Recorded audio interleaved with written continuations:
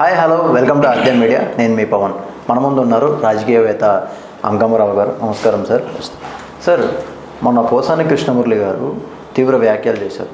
ఏంటంటే పవన్ కళ్యాణ్ గారు నిద్ర లేస్తూనే జగన్మోహన్ రెడ్డి పడుకున్నప్పుడు కూడా జగన్మోహన్ రెడ్డి అని చెప్పి ఆయన స్మరిస్తూ ఉంటారు. ఇది కేవలం చంద్రబాబు నాయుడు గారు బ్యాక్ సైడ్ నుంచి నడిపిస్తున్నారనే మాట ఆయన ఎత్తారు. మీరు దాని గురించి ఏమంటారు సార్?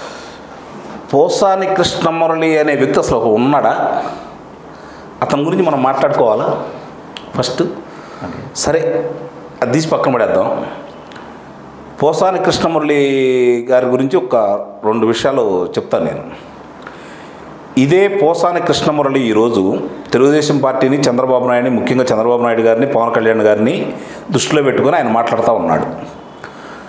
ఇదే పోసాని కృష్ణమురళి గారు చంద్రబాబు నాయుడు గారిని పొగుడుతూ, ప్రశంసిస్తూ పత్రికా ప్రకటనలు, అంటే వాణిజ్యం సంబంధించినటువంటి ప్రకటనలు ఇస్తారు కదా, అలాగే ఒక నిండు పేజీ చంద్రబాబు నాయుడు గారిని పొగుడుతూ వారు ప్రకటనలు ఇవ్వడం కూడా గుర్తుండాలి. పోసాని కృష్ణమురళి గారు గుర్తు చేసుకోండి, అది మీకు ఒకసారి గుర్తు చేస్తున్నా. మర్చిపోయారేమో, ఒకవేళ మీకు ఏదన్నా మతిమరుపు వచ్చిందేమో అని చెప్పని మళ్ళీ గుర్తు చేస్తున్నాను అనమాట. ప్రకటనలు ఇచ్చింది మీరే కదా. మరి ఆయన గురించి ఏదేదో మాట్లాడుతున్నారు మీరు. పార్టీ ఎలా తీసుకున్నాడు ఏంటి అని చెప్పని ఏదో నోటుకు వచ్చినట్టు మాట్లాడుతూనే ఉన్నారు. ఆ రోజు మీరు పత్రికా ప్రకటన ఇచ్చినప్పుడు ముఖ్యమంత్రి ఆయన, మరి అప్పుడు ఆయన ఏ పార్టీ ఎందుకు తీసుకున్నావు అని చెప్పని ఆ రోజు నువ్వు ప్రకటించలేదు కదా. ఆ రోజు పొగుడుతా ఆ రోజు గుర్తు రాలేదా? అంటే అప్పుడు మీకు జ్ఞప్తి లేదా? ఇది ఒకటి దృష్టిలో పెట్టుకోవాలి. ఇక ఆయన ఏదో మాట్లాడుతూ పవన్ కళ్యాణ్ గారి గురించి మాట్లాడుతున్నాం కూడా జరుగుతుంది. పవన్ కళ్యాణ్ గారు పార్టీ పెట్టారు. పార్టీ పెట్టింది 2014లో నేను పోటీ చేయట్లేదు, ఎందుకంటే నాకు అంత అనుభవం లేదు, నాకు అనుభవం కావాలి. మొట్టమొదటి చెబుతున్నాడు ఆయన, నాకు అనుభవం కావాలి, అనుభవం వచ్చిన తర్వాత నేను పోటీ చేస్తాను. ఇప్పుడు ఆంధ్ర రాష్ట్రాన్ని, విభజిత ఆంధ్ర రాష్ట్రం చాలా ఇబ్బందుల్లో ఉంది, దీన్ని గట్టెక్కించే సమర్థమైన నాయకుడు ఎవరు ముఖ్యమంత్రి అయితే ఈ ఆంధ్ర రాష్ట్రం బాగుపడుతుందని చెప్పని ఆయన ఆలోచించేసి, ఆ రోజు సమర్థుడు కాబట్టి చంద్రబాబు నాయుడు గారితో కలిసి ప్రయాణం చేయాలనే ఉద్దేశంతో, అలాగే ఇప్పుడు మీరు మాట్లాడారు కదా, ఆ రోజు మోడీ గారు సమర్థుడు కాబట్టి చంద్రబాబు నాయుడు గారు ఆయనకి వేసిన కుర్చీలో బలవంతంగా చంద్రబాబు నాయుడు గారిని కూర్చోబెట్టి చంద్రబాబు నాయుడు గారి సభల్లో వీళ్ళు ముగ్గురు కలిసి పాల్గొనడం కూడా జరిగింది. ఆయన ఏమన్నాడు ఆ రోజు? ఢిల్లీని తలదన్ని రాజధాని నిర్మిస్తాము అని చెప్పని మాట్లాడటం కూడా జరిగింది. ఆంధ్ర రాష్ట్ర అభివృద్ధికి నేనేం కావాలో అవన్నీ చేస్తానని చెప్పని చంద్రబాబు నాయుడు గారితో కలిసి ప్రచారం చేసినటువంటి మోడీ గారిని ఈరోజు విమర్శిస్తారా మీరు? విమర్శించండి మరి ఆయన్ని. ఈరోజు చంద్రబాబు నాయుడు గారు పవన్ కళ్యాణ్ గురించి మాట్లాడుతున్న మీరు ఒకే ఒక్క విషయం దృష్టిలో పెట్టుకోవాలి. మీరు 2014లో ఆ రోజు మీరు ఇదే చంద్రబాబు నాయుడు గారు ఇలాంటి వ్యక్తి కాబట్టి ఈయనకి వ్యతిరేకంగా మీరు ఓట్లు వేయండి అని చెప్పి మీరు ఎందుకు బజారుకి రాలేదు? ఆ రోజు ఎక్కడికి వెళ్ళిపోయారు మీరు? ఈ రోజు ఎందుకు వచ్చారు? ఎందుకు వస్తున్నారు? ప్రజలకు తెలియదు అనుకుంటున్నారా? లేకపోతే మీ గురించి ప్రజలకు తెలియదు అనుకుంటున్నారా? మీరు అనేవాళ్ళు ఎవరు అసలు? మీ స్థాయి ఏంటి? చంద్రబాబు నాయుడు గారి స్థాయి ఏంటి?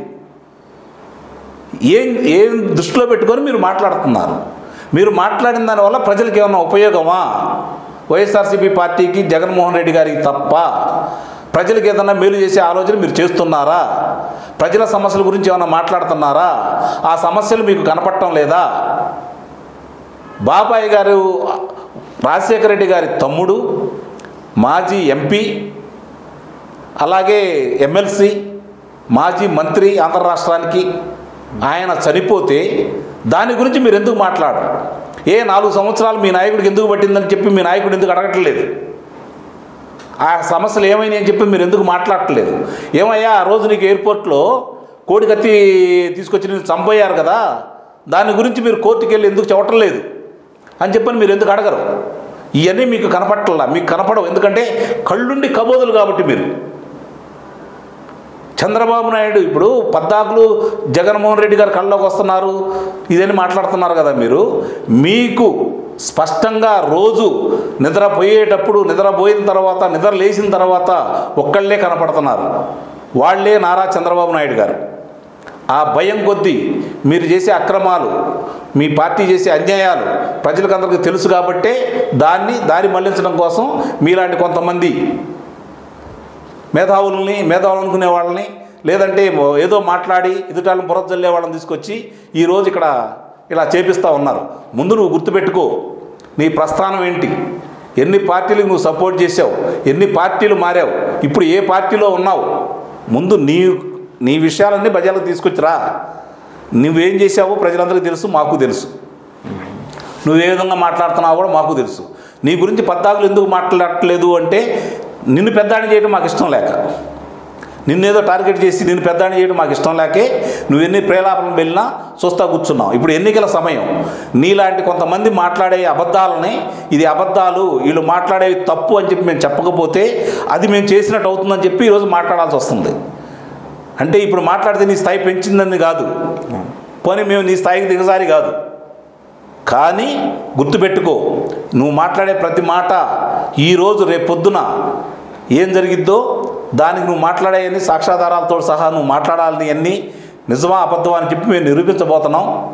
కాబట్టి కొంత సంపాదించుకొని ఒక పద్ధతి ప్రకారం మాట్లాడితే నువ్వు చిత్ర పరిశ్రమలోంచి ఒక ప్రముఖుడిగా ఎదిగావు, సందేహం లేదు. రచయితగా, ఆ తర్వాత నటుడు, ఆ తర్వాత దర్శకుడు, ఇట్లా నువ్వు వివిధ స్థాయిల్లోకి వచ్చేసావు. అంటే సమాజం మీద కొంత బాధ్యత కూడా ఉండాలి. ఈరోజు ఆంధ్ర రాష్ట్రం ఏ పరిస్థితిలో ఉంది, యువత ఏ పరిస్థితుల్లో ఉన్నారు, నీకు కనపట్టలేదంటాయా? గంజాయి ఎలా విక్రయిస్తున్నారు అనేది నీకు కనపట్టలేదా? మద్యం ఏర్లై పారుతున్న విషయం, వాటి గురించి మాట్లాడు.